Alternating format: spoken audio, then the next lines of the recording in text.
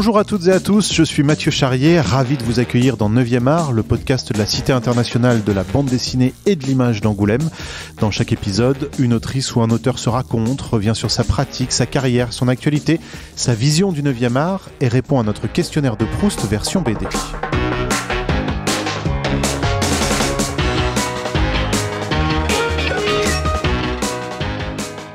Je suis autrice de bande dessinée depuis 18 ans maintenant et je dessine principalement à l'aquarelle et à l'encre de Chine.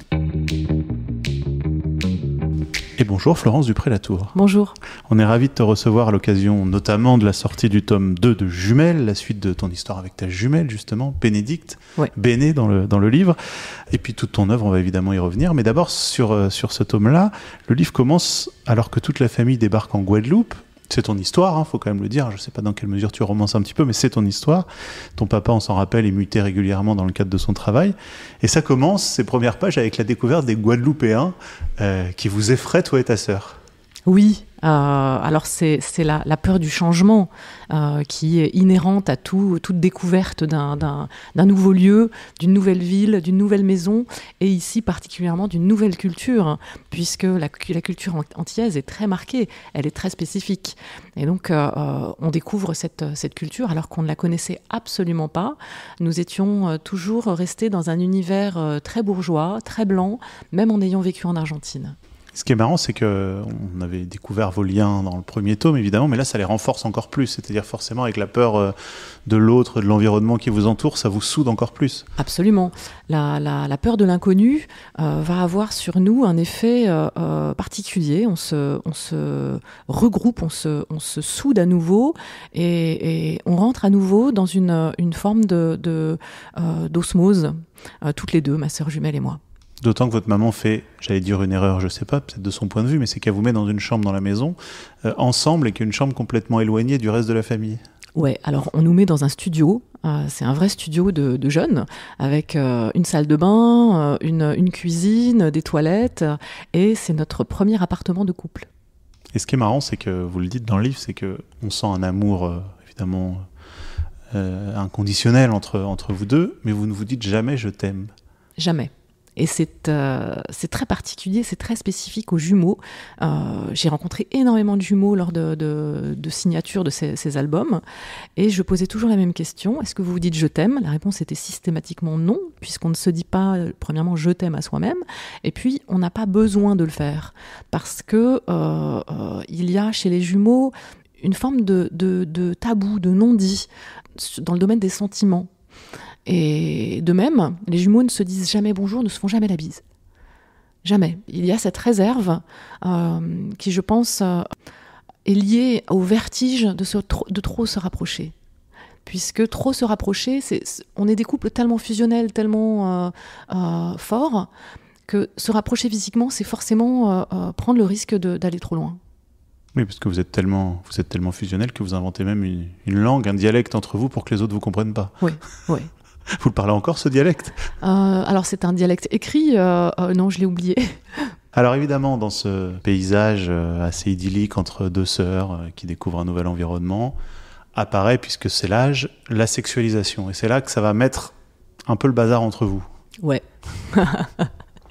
Alors, arrive l'adolescence et... Alors c'est assez particulier, je n'arrive pas encore à l'expliquer moi-même. Aujourd'hui, j'ai pas d'explication sérieuse ou définitive à apporter à ça, mais dans notre couple de jumelles, j'étais le garçon de ce couple, dans mon esprit. Peut-être parce que j'avais toujours rencontré des couples chez les amis de mes parents, chez mes parents dans notre entourage, qui n'étaient faits que d'un homme et d'une femme. Ou peut-être pour d'autres raisons, je ne sais pas. Mais j'étais absolument convaincue que j'étais un garçon et je m'habillais de manière masculine, j'avais les cheveux courts, j'étais très taiseuse et j'écrivais mes participes passés au masculin, donc jamais au féminin. Il n'y avait jamais de « et eux » dans mes écrits. Mais je n'arrivais pas à formuler très clairement cette inclinaison. Et voilà que mon corps me trahit. Mon corps change et les seins arrivent, les règles arrivent. Et c'est une trahison absolument insupportable pour moi parce que je suis forcément une fille. Arrive une deuxième trahison, c'est la trahison des sentiments. Puisque, étant un garçon, je me retrouve à être attirée par des garçons. Donc je me considère, dans mon esprit, comme homosexuelle.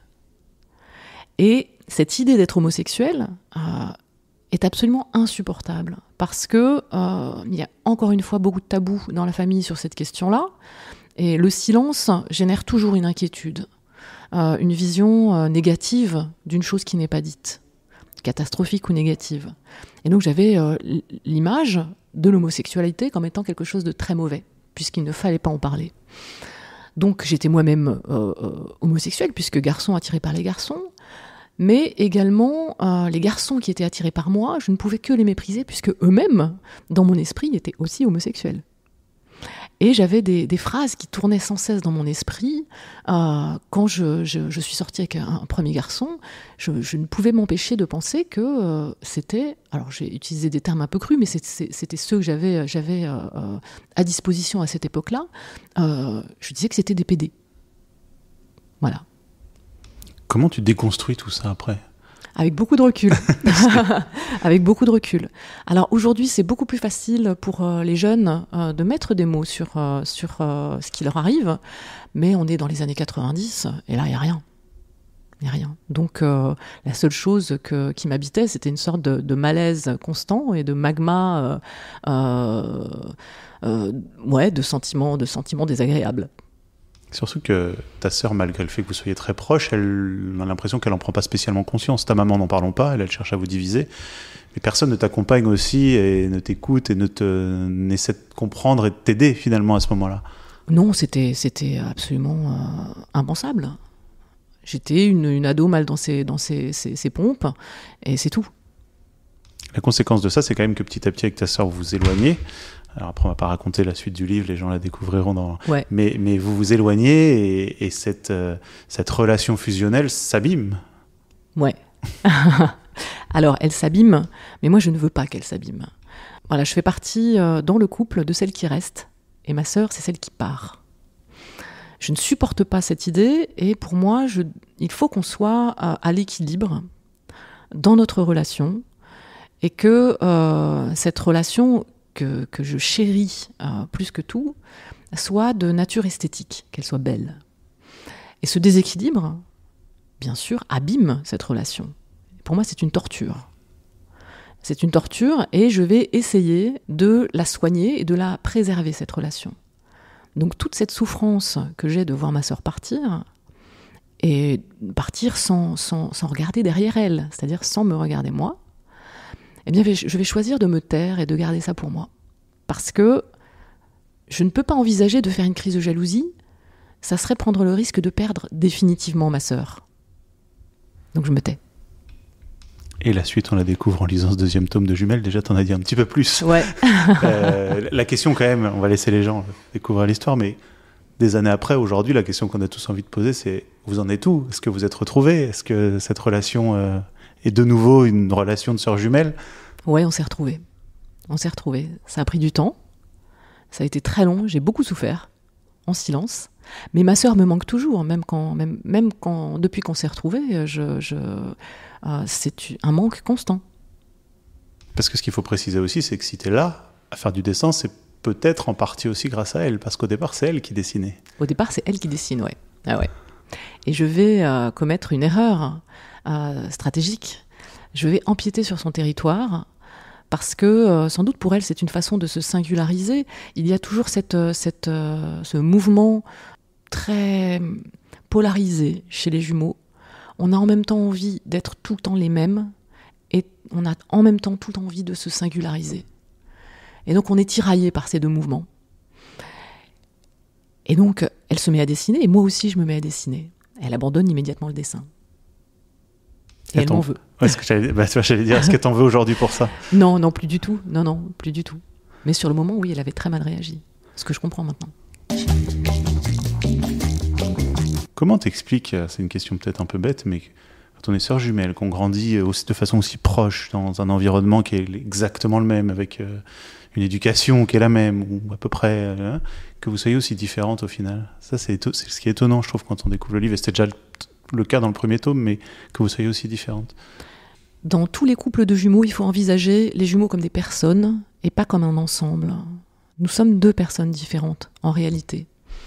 Après, nous avons beaucoup de choses qui nous lient.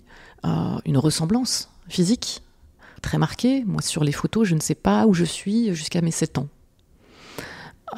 Une ressemblance, une culture commune.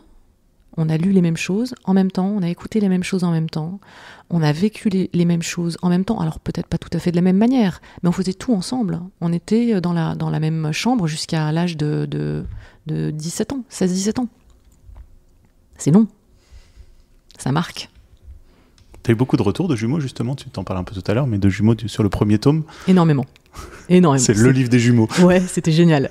Alors, c'est vrai que j'ai eu beaucoup de retours de jumeaux et qui me disaient qu'ils n'avaient pas lu beaucoup d'histoires. Alors là, c'est dans un registre autobiographique, c'est particulier, mais c'est vrai que les fictions ont tendance à caricaturer parce qu'il y a un mystère chez les jumeaux, il y a quelque chose de monstrueux dans la gémellité. Et donc on pense par exemple à Faux-Semblant, qui va tirer vraiment les jumeaux, cette relation gémellaire à l'extrême, vers l'horreur. Et ensuite des comédies plutôt loufoques et comiques sur la gémellité. Mais il y a assez peu on va dire, de fiction juste.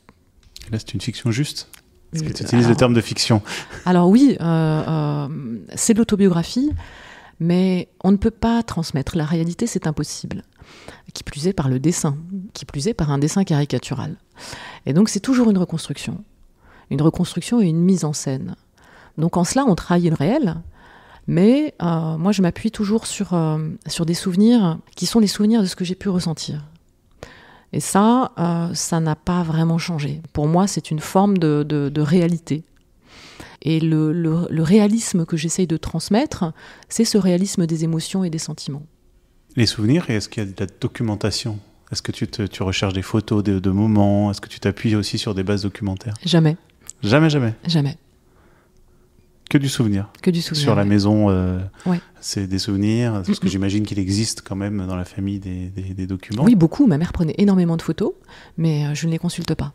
Est-ce que tu penses que la sortie de ce tome 1 d'abord, puis du tome 2, a aidé aussi à reconstruire la relation avec ta sœur ? On continue de la reconstruire ? Non, je l'avais déjà retrouvée bien avant. Je l'avais ramenée à moi dans une opération lente mais sûre de séduction. Et c'est peut-être du coup ce qui t'a permis de faire le livre aussi ?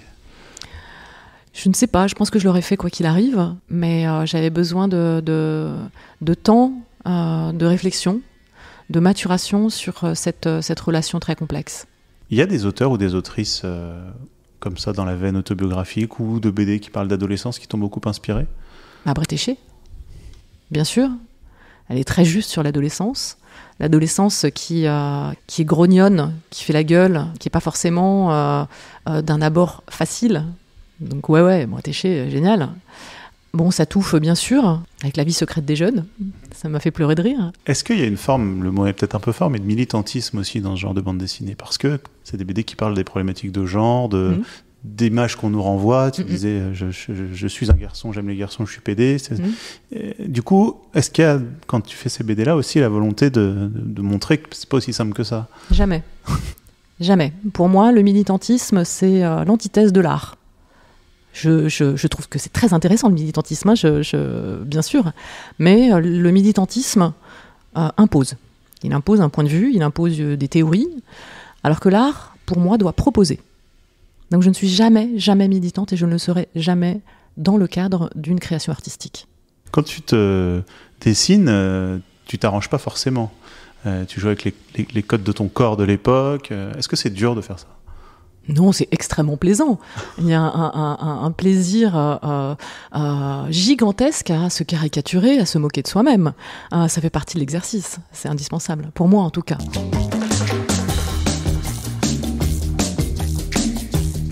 Tu le disais dans ta présentation, tu dessines à l'aquarelle.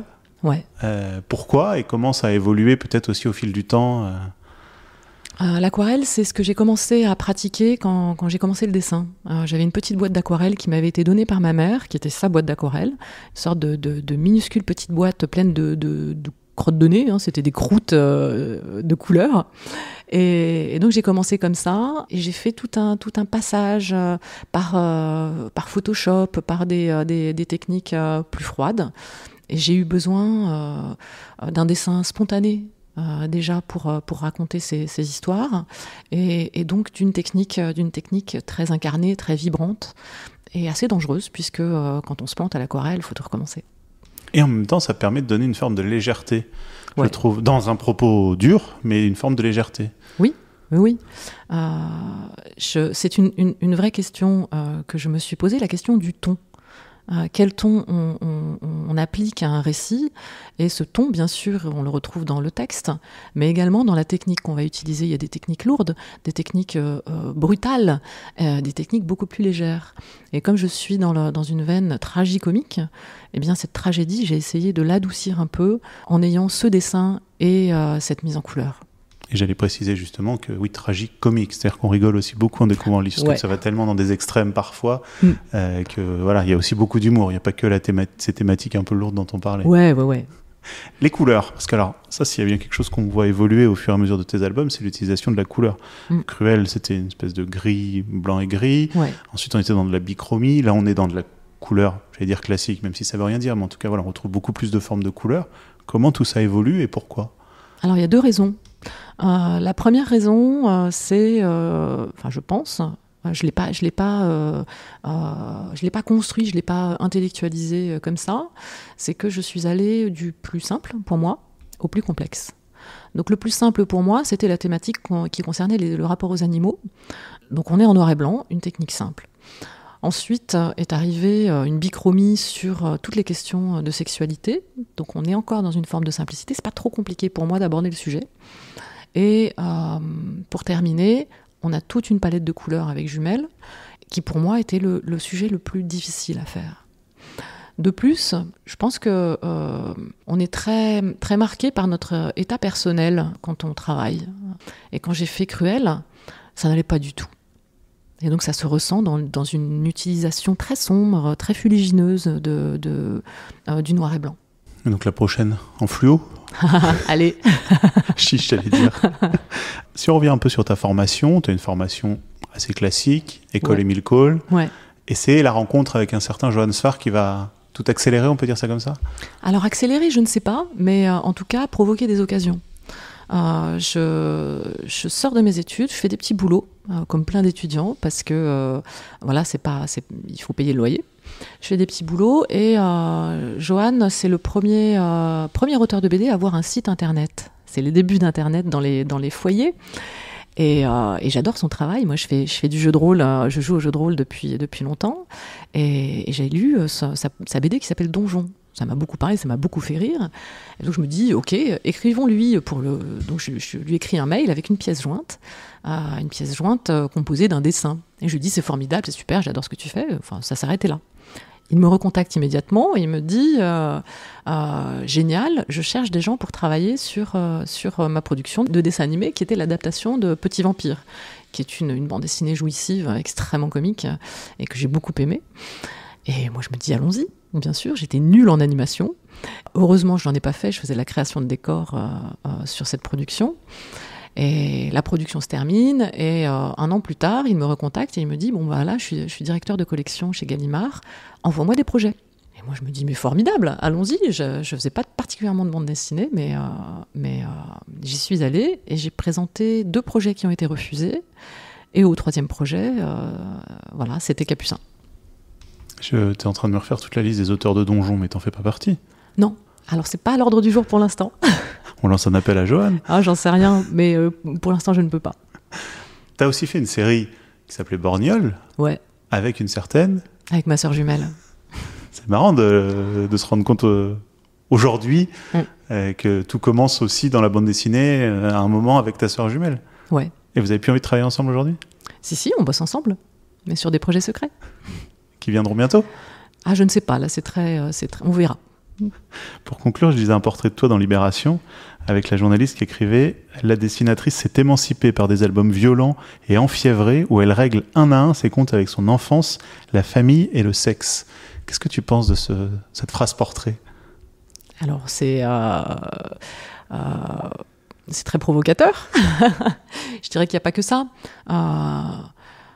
Je ne règle pas mes comptes. Je ne fais pas de portrait à charge. Donc, non, je dirais pas que je règle mes comptes. Je pense que j'essaye de rétablir une forme de justice. Voilà. Et une forme de thérapie ? Non, pas du tout. La thérapie, c'est la thérapie, et le travail artistique, c'est autre chose. Mais on peut quand même conseiller le livre à des jumeaux qui se questionneraient sur leur gémelléité. Bien sûr, bien sûr. Alors on conseille tome 2 de Jumelles, qui est sorti il y a quelques jours chez Dargaud, le tome 1 aussi, et puis tous les autres. On parlait notamment du formidable Cruel. À chaque fois, c'est signé Florence Dupré-Latour. C'est le moment où on passe à notre questionnaire de Proust version BD. Est-ce que t'es prête ? Allez. La première BD que tu as lue ? Je pense que c'est Mafalda. J'habitais en Argentine et il y avait des petits albums en format allongé de Mafalda en espagnol. Donc je comprenais rien, mais j'adorais les dessins. Quelle est selon toi la meilleure BD de tous les temps ? Ah putain, c'est dur. Moi, je suis très fan du travail de Simon Hanselmann parce que ça me rappelle énormément mes années Destroy. Voilà. Quelle est la plus belle couverture de bande dessinée ? Ah putain, c'est dur. J'ai adoré la couverture de Chihuahua Pearl. Encore plus dur, la plus belle case de bande dessinée. Je dirais toutes les cases de Moebius. Un peu triché, mais accepté. Un peu triché. Est-ce qu'il y a une BD que tu aimes, mais tu as honte de l'avouer ? Moi, j'aime bien Torgal, j'avoue. Confession. Ton meilleur souvenir de festival ? Alors, c'est à la Maison des Auteurs, à Angoulême. 2 années de suite, dans la petite salle qui est à l'extérieur de la Maison des Auteurs, il y a eu 2 fêtes dantesques. Ton personnage de BD préféré ? Je crois que c'est Moumine le troll, parce que j'adore cet univers. Ton super-héros préféré ? Super Murgeman, parce qu'il est trop drôle. Et ton super-héros détesté ? Franchement, tous les super-héros Marvel me sortent par les yeux. J'en peux plus de les voir. Tu dessines dans le calme ou en musique ? Dans le calme, dans le silence le plus total, c'est monacal. Couleur ou noir et blanc ? Les 2. Et pour terminer, est-ce qu'il y a une autrice ou un auteur de bande dessinée qu'on ne connaîtrait pas forcément et que tu voudrais nous conseiller ? Je vais dire Léa Muraviec, mais tout le monde la connaît. Même si elle n'a pas beaucoup d'albums, tout le monde la connaît. Surtout Angoulême. Surtout Angoulême. Mais je pense que tu es la peut-être 3e ou 4e à en parler à cette question. Ouais. J'ai son dernier album d'images, qui est magnifique. Mais je dirais tous mes étudiants d'Émile Cole. Là encore triché mais accepté. Merci beaucoup Florence Dupré-Latour d'avoir joué le jeu. Merci. Et donc Jumelles, tome 2, c'est en librairie aux éditions Dargaud. Il n'y aura pas de tome 3. On verra. On verra.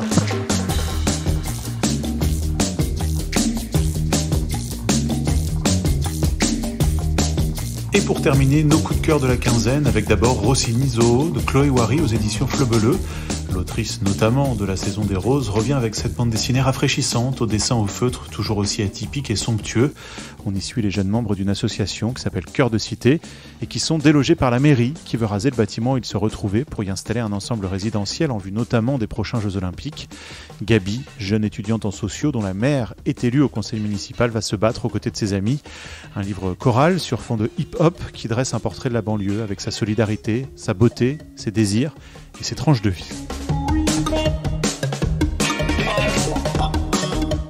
Deuxième conseil lecture avec La Loi des probabilités, signé Pascal Rabaté et François Ravard. Martin, notre personnage, se rend chez son médecin qui lui apprend qu'il ne lui reste que 3 mois à vivre. Il retourne à son bureau, voit une affiche de baleine, son rêve, et décide de partir sur le champ avec sa femme au Canada, profiter de ses beaux cétacés. Il va alors croiser la route d'un drôle de personnage, un assureur nommé Séraphin Lanterne.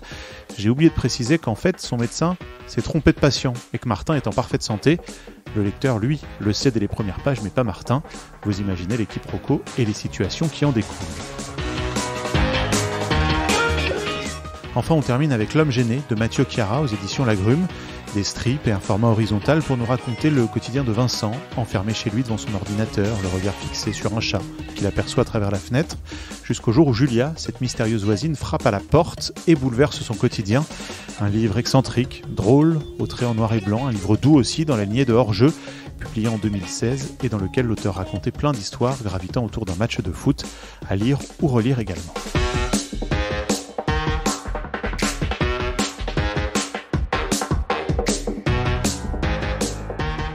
Neuvième Art est un podcast produit par la Cité internationale de la bande dessinée et de l'image d'Angoulême, réalisation Mathieu Charrier.